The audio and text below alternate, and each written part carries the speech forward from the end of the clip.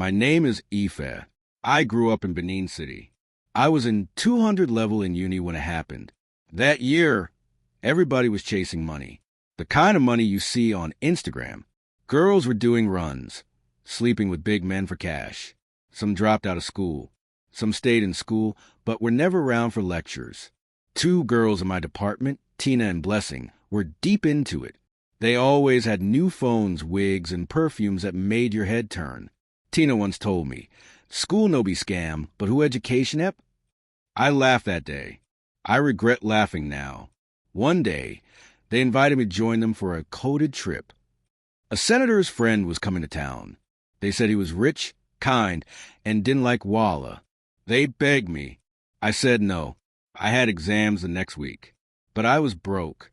I had only 1,200 Nigerian nairas in my account. After thinking hard, I agreed. That night, we took a boat to a quiet area outside town. The house was big but looked old. A man with dark shades and red beads around his neck welcomed us. He didn't smile. "The Oga is waiting," he said. Inside the house, the lights were dim. We walked past a hallway into a big room with candles and a large mat. Tina looked worried, but Blessing whispered, "Relax. This is how they do rituals before enjoyment." That was the last time I saw Tina alive. Suddenly, the door slammed shut. We turned around. The man in beads was chanting. I felt something cold grab my leg.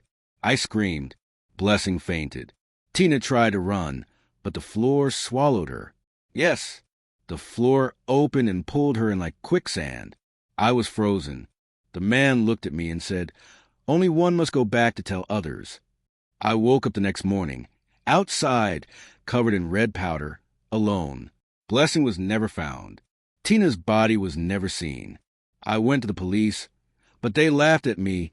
They said I was high or dreaming. Till today, I don't know what really happened, but I know what I saw. I dropped out of school. I don't talk much anymore, but I want to warn others. Some trips don't bring you back. Some money will cost you more than you ever have. Please stay away from runs. Some Ogas are not human. I left Benin after that. I couldn't sleep. Every time I closed my eyes, I saw Tina's hand reaching out from the floor, her mouth wide open like she was screaming my name.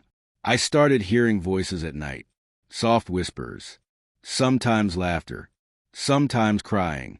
One day, about 3 weeks later, my cousin invited me to stay with her in Warri. She said I needed a new environment to clear my head. I didn't tell her the full story. I just said I had a bad experience. But the first night I slept in her house, I woke up sweating.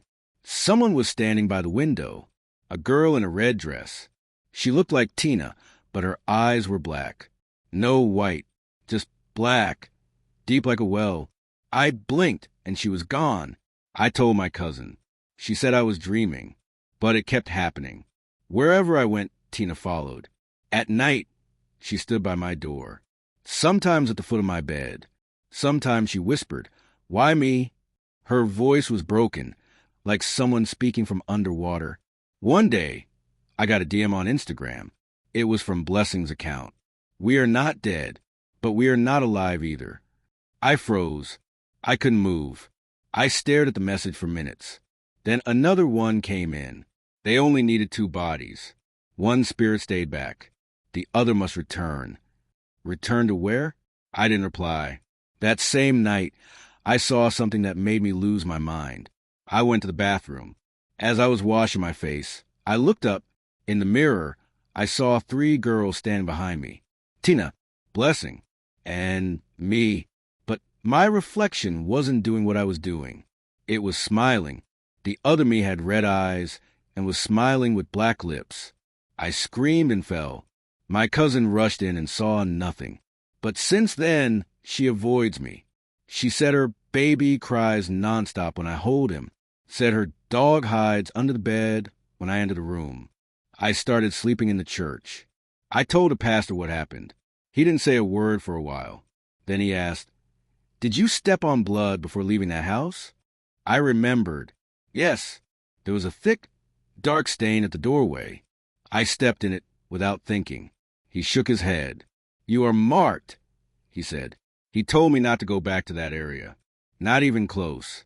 But the dreams got worse. Now I see the house again, every night, but it's burning, and the screams are louder. Last week, someone called me with a hidden number. All they said was, "Return before it's too late." Then they hung up. I don't know where to go anymore, but I feel something is coming for me. And this time, I don't think I'll wake up. I haven't slept in 2 days now. My eyes are red, and my hands shake every time I hear a knock. Even when it's the wind, my heart jumps. I know something is following me. I don't tell people anymore. They think I'm mad. But yesterday, something happened that proved I'm not. I was at the market, just trying to buy Indomie bread. A small girl walked up to me, maybe 6 years old. She had dust all over her feet and wore a school uniform that looked very old and dirty. She tugged my shirt and said, "Auntie Tina said to tell you, time is almost finished." Then she ran. I chased her, shouting, "Who sent you?" But she disappeared into the crowd. I stood in the middle of the road, breathing hard, while people stared.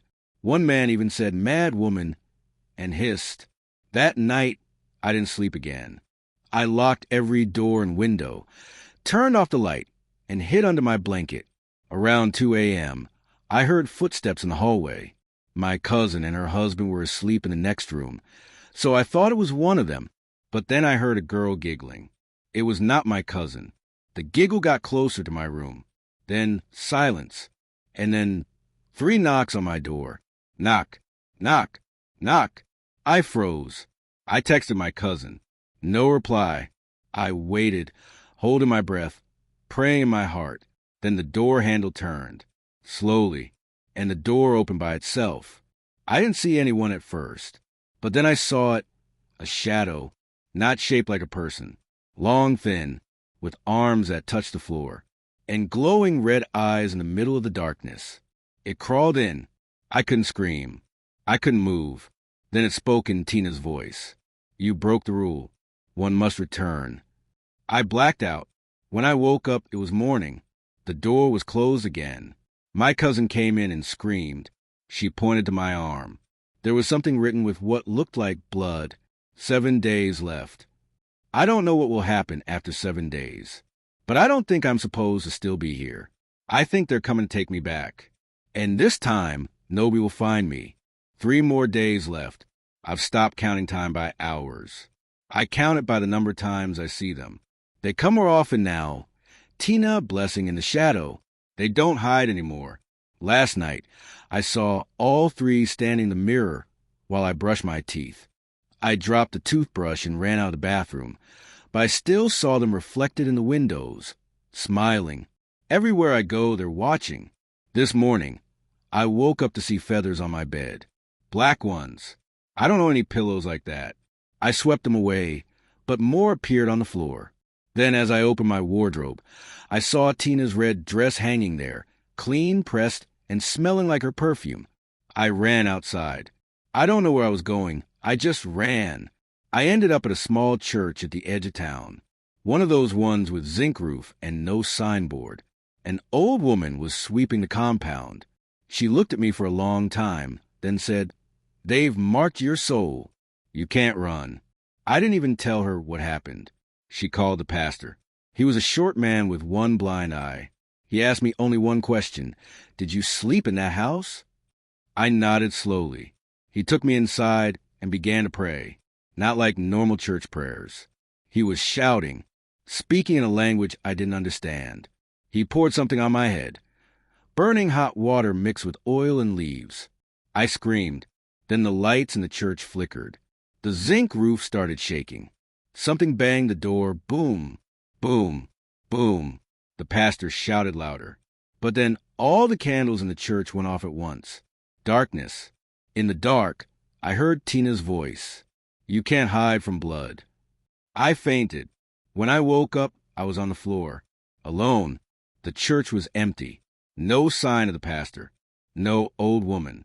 No chairs. Nothing. Just me and the smell of smoke. I looked outside. It was still night. I checked my phone. The date had changed. It skipped the whole day. Now I have 2 days left. And I'm not sure if I'm still in the real world anymore. Every mirror in this house is covered now. My cousin's baby hasn't stopped crying since yesterday. The dog is missing. And just now, I got a text from Blessing's number again. Your place is ready. I didn't sleep, not even for a second. I sat on the floor, back against the wall, holding my phone, waiting for the next sign. It was quiet at first. Then I started hearing footsteps on the ceiling, slow, one at a time, like someone walking barefoot above my head. But this is a bungalow. No upstairs. I stayed still. Then my phone buzzed. Another message, from a strange number this time. No profile picture. No name. Midnight. Don't run. Just open the door. I dropped the phone and cried. My cousin came in and saw me shaking. She finally asked me to leave. She said I was scaring the baby, and she heard me talking in my sleep. I told her I don't sleep. She said I whispered Tina's name all night. So I left. No bag. No clothes. Just my phone and myself. I didn't know where to go. But my feet took me back to the place it all started. That house. The one where Tina disappeared. I thought it was gone, but it was still there. Same broken gate. Same silence. Same heavy air. I stood in front of it until sunset. The sky turned red. The wind died down, and I started hearing it. A voice, calling my name from inside, softly, like someone crying and smiling at the same time. Ife, come back. We miss you. I took a step forward. My chest was tight. My legs felt heavy. But I moved, and that's when I saw it. Tina. She was standing in the window upstairs, but her eyes were hollow. Her skin was pale, and her mouth had stretched unnaturally wide, as if someone had sliced both corners. She didn't blink. She just mouthed the words, "You're already here?" I turned around to run, but I was no longer outside. I was inside the house. The candles were lit. The mat was there. The door slammed shut behind me. And then, footsteps. From every corner of the room. I turned and saw them. Not just Tina and Blessing. There were others. Dozens of girls. All in red. All with the same stretched mouth. Same black eyes. All staring at me like they'd been waiting. And then the deep voice came again. Not human. Like it came from under the ground. You delayed. Now your body will delay too. The floor under me opened, and I started to sink. My body froze, but my mind stayed sharp. I screamed, louder than ever, and then everything went black. But I didn't die.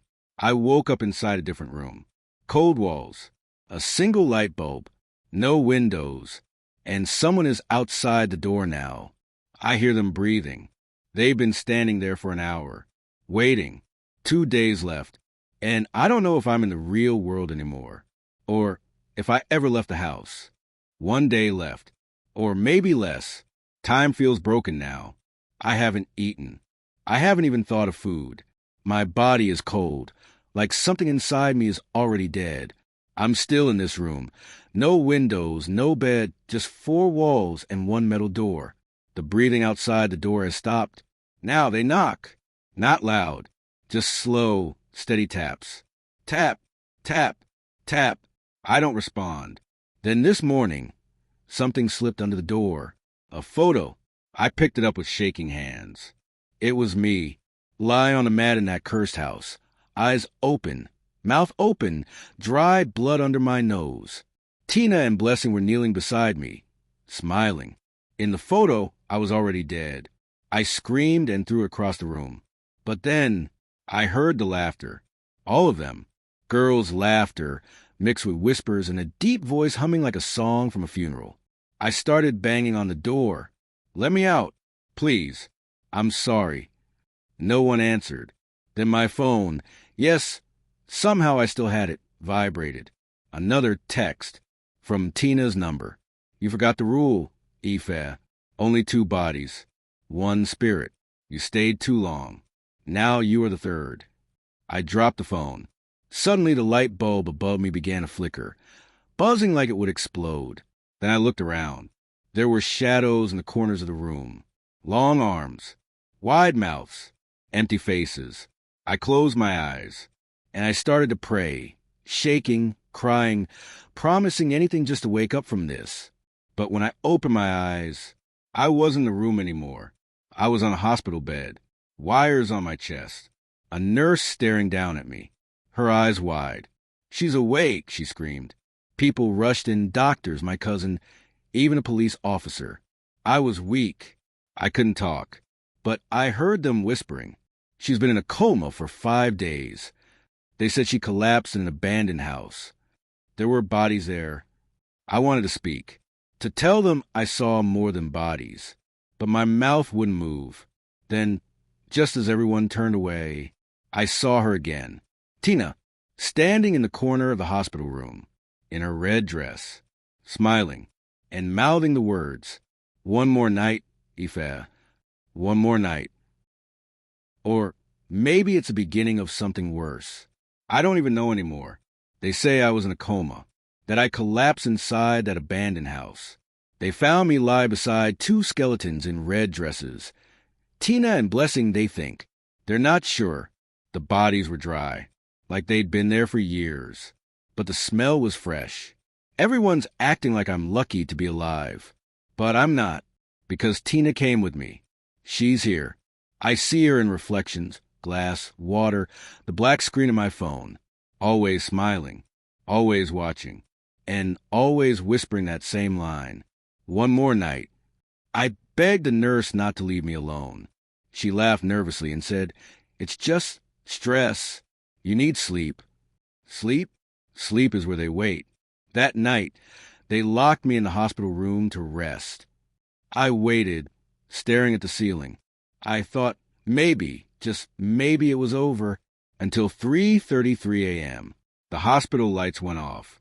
Everywhere turned quiet, too quiet. No footsteps, no beeping machines. Then my door creaked open by itself. No one was there, just the smell. That same scent from the house, rotting perfume and wet earth. I couldn't move. I wanted to scream, but my throat closed. Tina walked in first, then Blessing, then the others, all in red, all barefoot, all smiling like they were welcoming me to a party I forgot I RSVP'd to. Tina leaned close and whispered, "You left our body behind, but now your spirit is ours." They all grabbed my arms, my legs, my face. I felt cold spread through my bones. My vision blurred. Then I blinked. I was standing in the middle of the hospital hallway, but everyone was frozen. The nurses, the doctors, my cousin, all frozen like statues. I walked past them, but none moved. None blinked. I looked down and saw my body still lie on the bed, eyes closed, lifeless. The heart monitor was flat. I was dead, but still standing, still breathing. Tina appeared beside me, her eyes dark, her mouth stretched wider than ever. "Welcome," she said. "Now your shift begins." Shift? I didn't understand. Until I looked in the mirror across the room. I was wearing a red dress. My mouth was stretched, my eyes completely black. I'm one of them now, and I think I know what we do. We wait, in mirrors, in shadows, in abandoned places. We wait for the next girl, the next one who wants fast money, the next one who abandoned school for runs. Because now, I'm the one that whispers in the dark. I don't breathe anymore. I don't eat. I don't sleep. I just watch. From the corners. From reflections. From the silence. Tina and Blessing taught me how. I didn't want to learn, but something deep in me, something dark and heavy, won't let me say no. Like I'm still alive, but not in the way you understand. That's how I saw her. The new girl. Her name is Miriam. Pretty young. Just got into university. First in her family. But already tired of the struggle. I saw her scrolling through her phone, watching those fake soft life videos. The ones where girls wear makeup and silk dresses and sit in hotels they didn't pay for. She watched them with wide eyes. I saw her save numbers. I saw her open an account on one of those private sites. And I saw us watching her too. Tina smiled. Blessing whispered, "She's ready." I wanted to warn her. I swear, I tried. I showed up in her mirror, while she was doing her makeup. I let her see me. She froze. Her lipstick dropped. I thought maybe, just maybe, she'd be scared enough to stop. But no, she just laughed nervously and said, "Ha! I need to sleep a bag. These mirror things day mad." She left her hostel that night. Tight dress, high heels, heading for her first link. She didn't know the address they sent her wasn't real. She didn't know she was walking straight to the house. The same house. The cursed one. It always shows up when someone is ready. No matter the city, no matter the country. It finds them. She knocked once. The door opened by itself.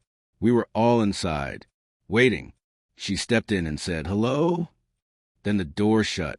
She turned around. She saw me, and she froze. Her smile dropped. Her lips trembled. "Wait, I know you. You were in that video, the one about the girls who disappeared." But it was too late. I wanted to scream, run, but my mouth no longer says what I want, only what the house wants. I reached out to touch her, just her hand, but that's all it takes. That's how it starts. The moment she feels one of us, she stops being one of you. I cried inside, but the others clapped and sang. The house lit up. The red candles flared, and another red dress appeared. Miriam's shift is about to begin. And yours? Maybe you're next. Because all we need is for you to say, just once, "Let me try it." Easy money. Then we appear, smiling, waiting, watching. Miriam didn't scream. She stood there shaking as Tina helped her with a red dress. Blessing held her hand like it was a sweet game.